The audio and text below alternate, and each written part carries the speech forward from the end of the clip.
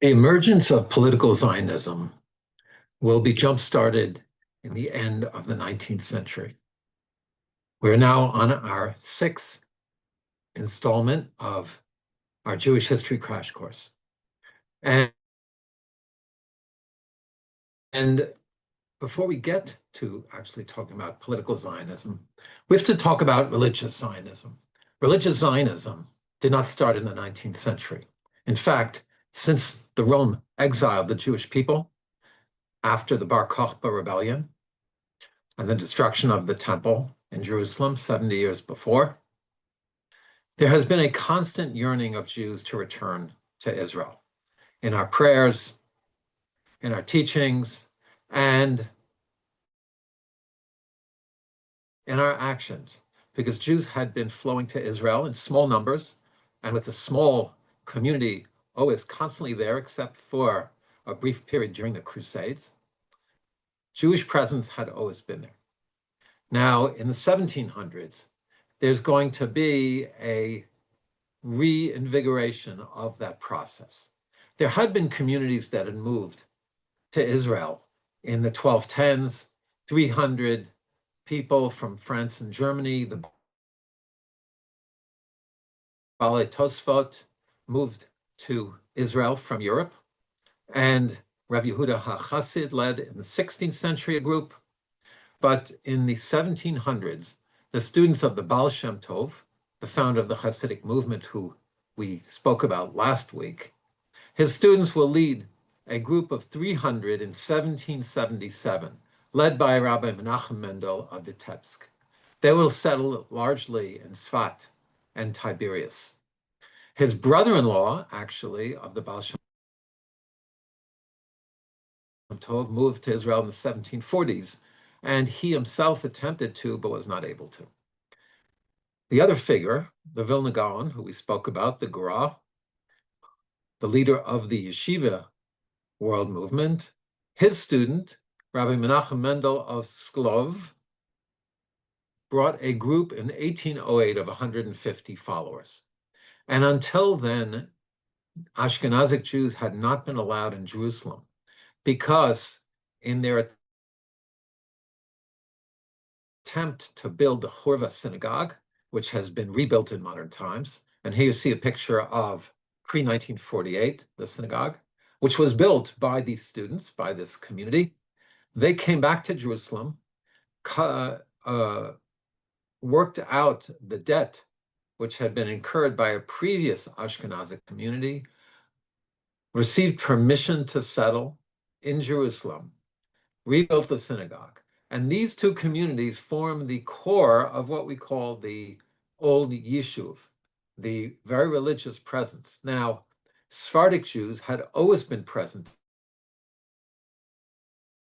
in Israel, and they had formed the majority of the community, coming from Damascus, some who had stayed since the destruction of the temple, and they were much more integrated into Arabic and Ottoman society. They were tradesmen, they knew the language, and that community was always present as well. Before the influx of these two communities, you had perhaps 5,000 Jews in the land of Israel up until the 1700s.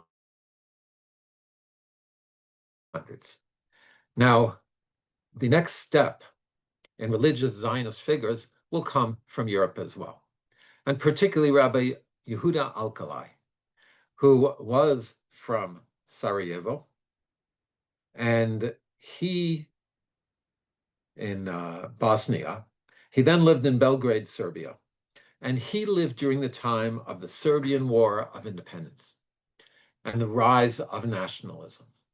Now, the rise of nationalism, some attribute to the Romantic movement.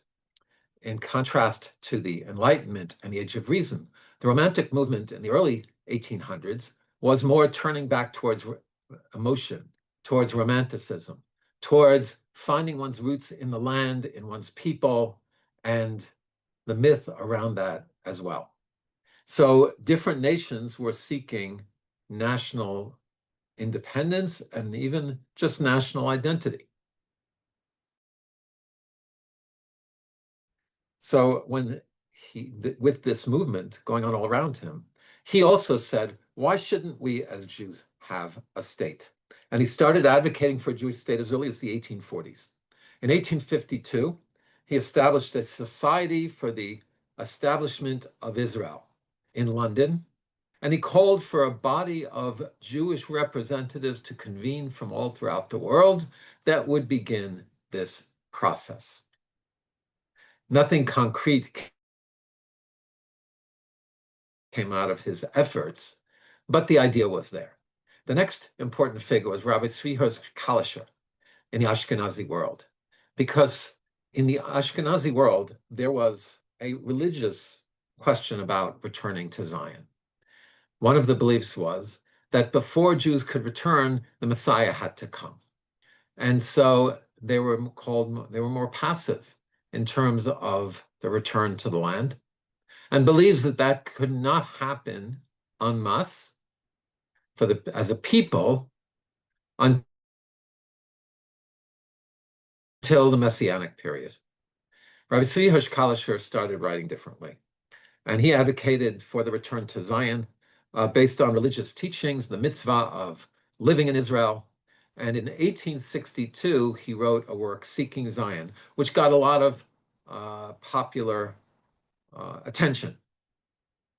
Now, it's interesting to note that Theodor Herzl's grandfather, Simon Leib Herzl, read Rabbi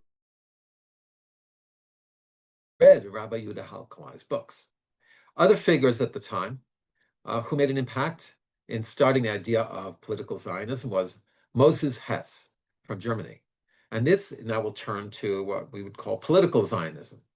He saw the model of a rejuvenated Jewish spirit in Jerusalem that would be a moral leader to the world, writing about Israel, Jerusalem and Rome in the 1860s.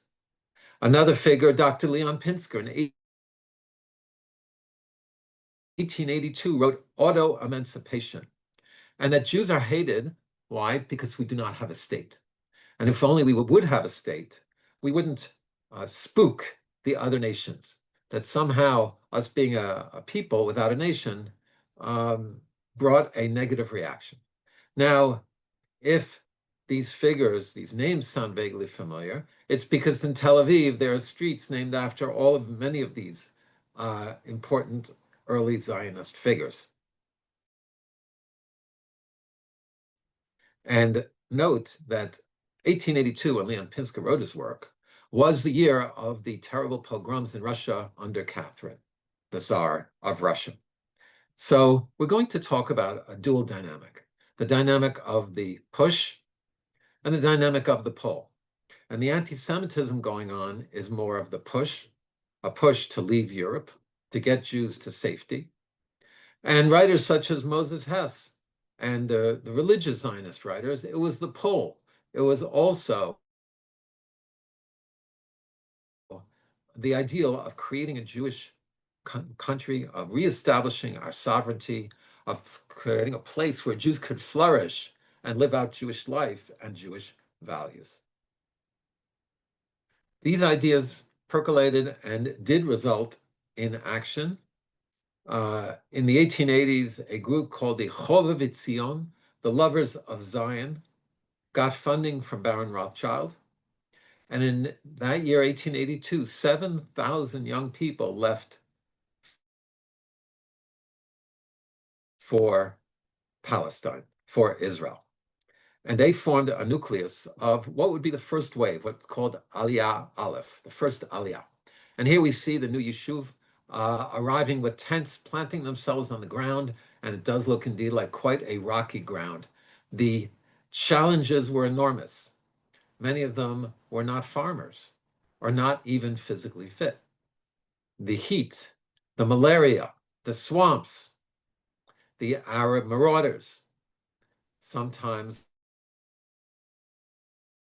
the local populations, Arab populations, were not sympathetic. Sometimes they were attacking. So all of these obstacles were there, yet they were young idealists who were seeking a new life. In 1870, the Mikveh Yisrael school was opened up, an agricultural school which would help train them in agricultural techniques.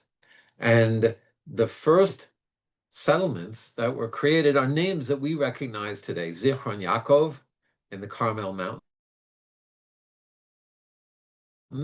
Here you see in 1896, a etching already 14 years later. We see that there's a main street with homes built along it.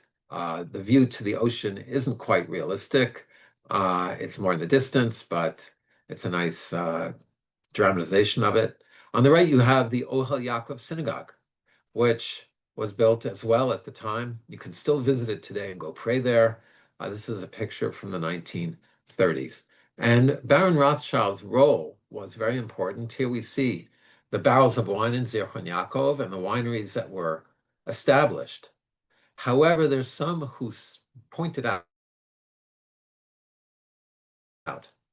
that Baron Rothschild's help, especially in buying the wine above market value, made these new settlements, these new villages, these new agricultural farms dependent upon his largesse and not really totally self-sufficient.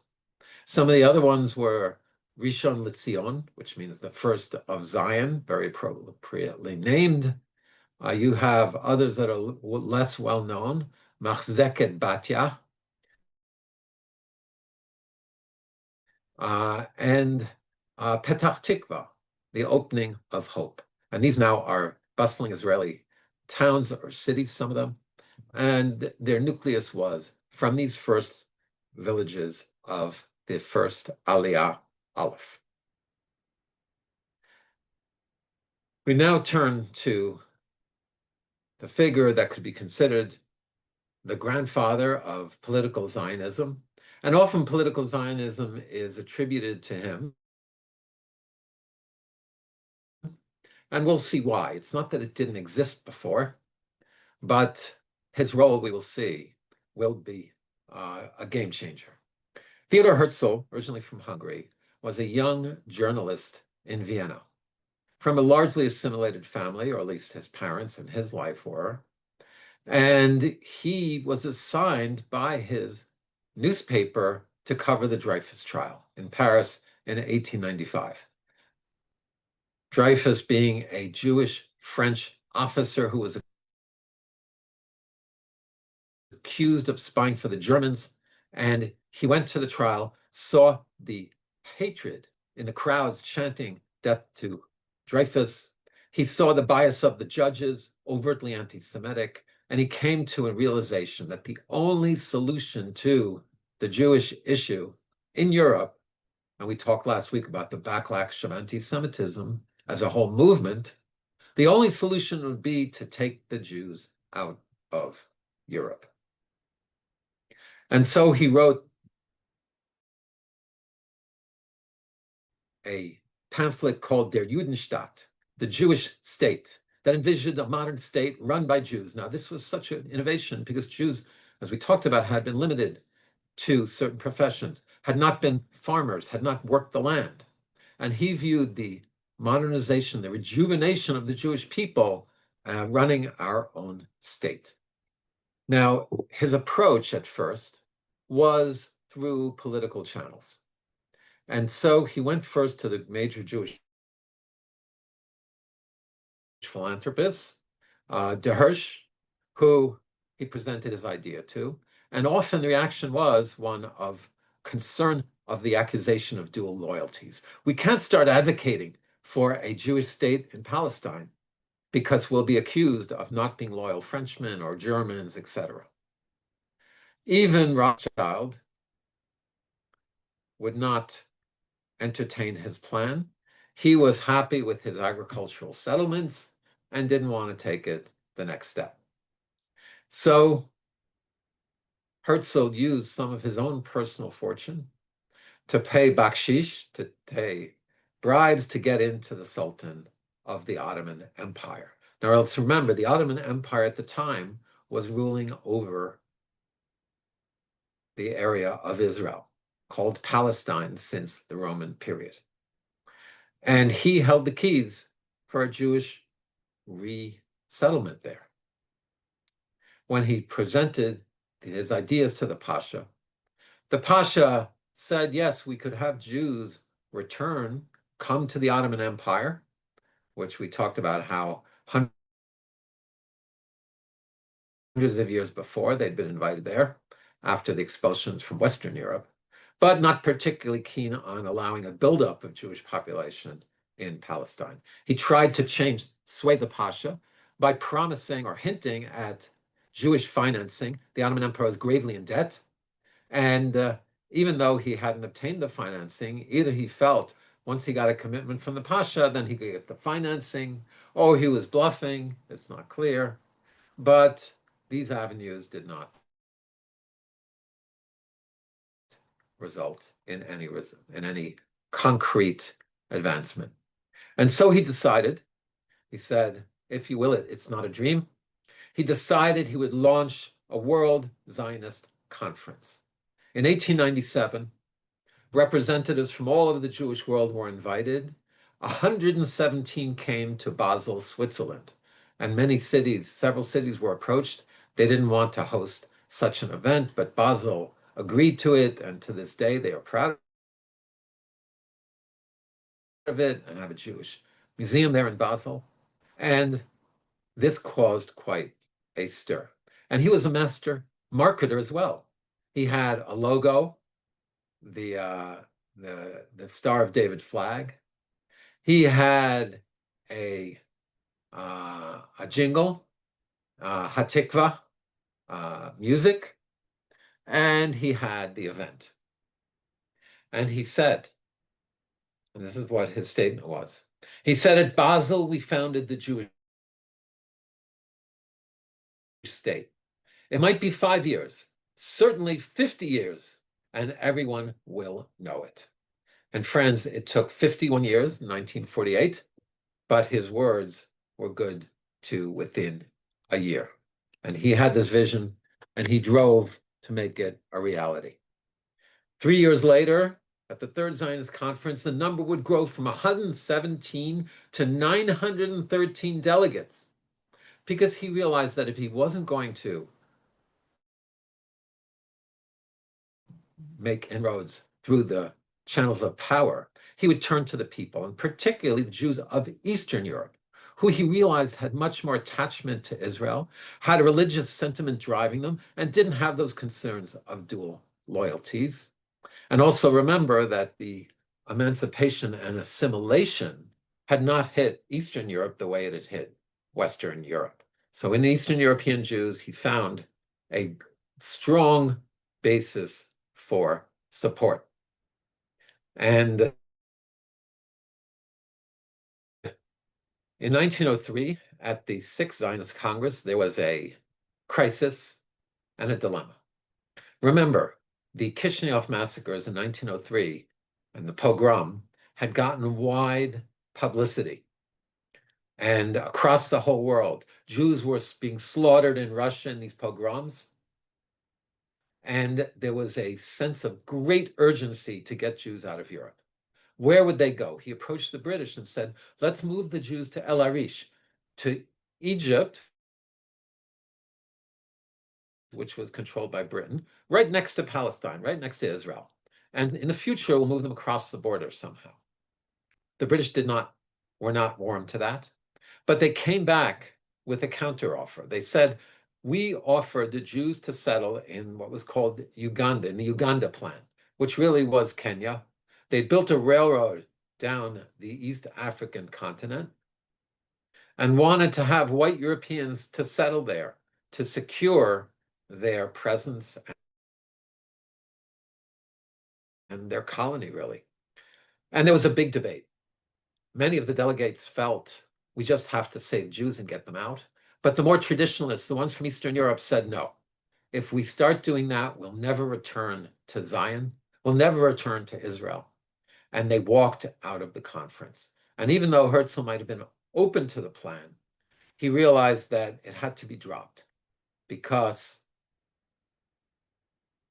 he could not see a split in the world Zionist movement. As a result of that, it was clearer that part of the return to Zion would involve a Jewish return. And a figure arose, Achat Ha'am, also a street in Tel Aviv. His pen name literally meant one of the people. And he called for a cultural and spiritual revitalization of the Jewish people, not just this physical rebuilding, to have a nation like any other, or a Paris on the Mediterranean, which was implied in Herzl's Alte Neuland, the Old New Land, fiction novel that he wrote in 1902. Tragically, Herzl ran himself so ragged to bring about the birth of a Jewish state that a year later, in 1904, he passed away. But fortunately, he already had launched a movement which had so much momentum that even with his death, it was able to carry on after him. And so we see the beginning of the birth of political Zionism.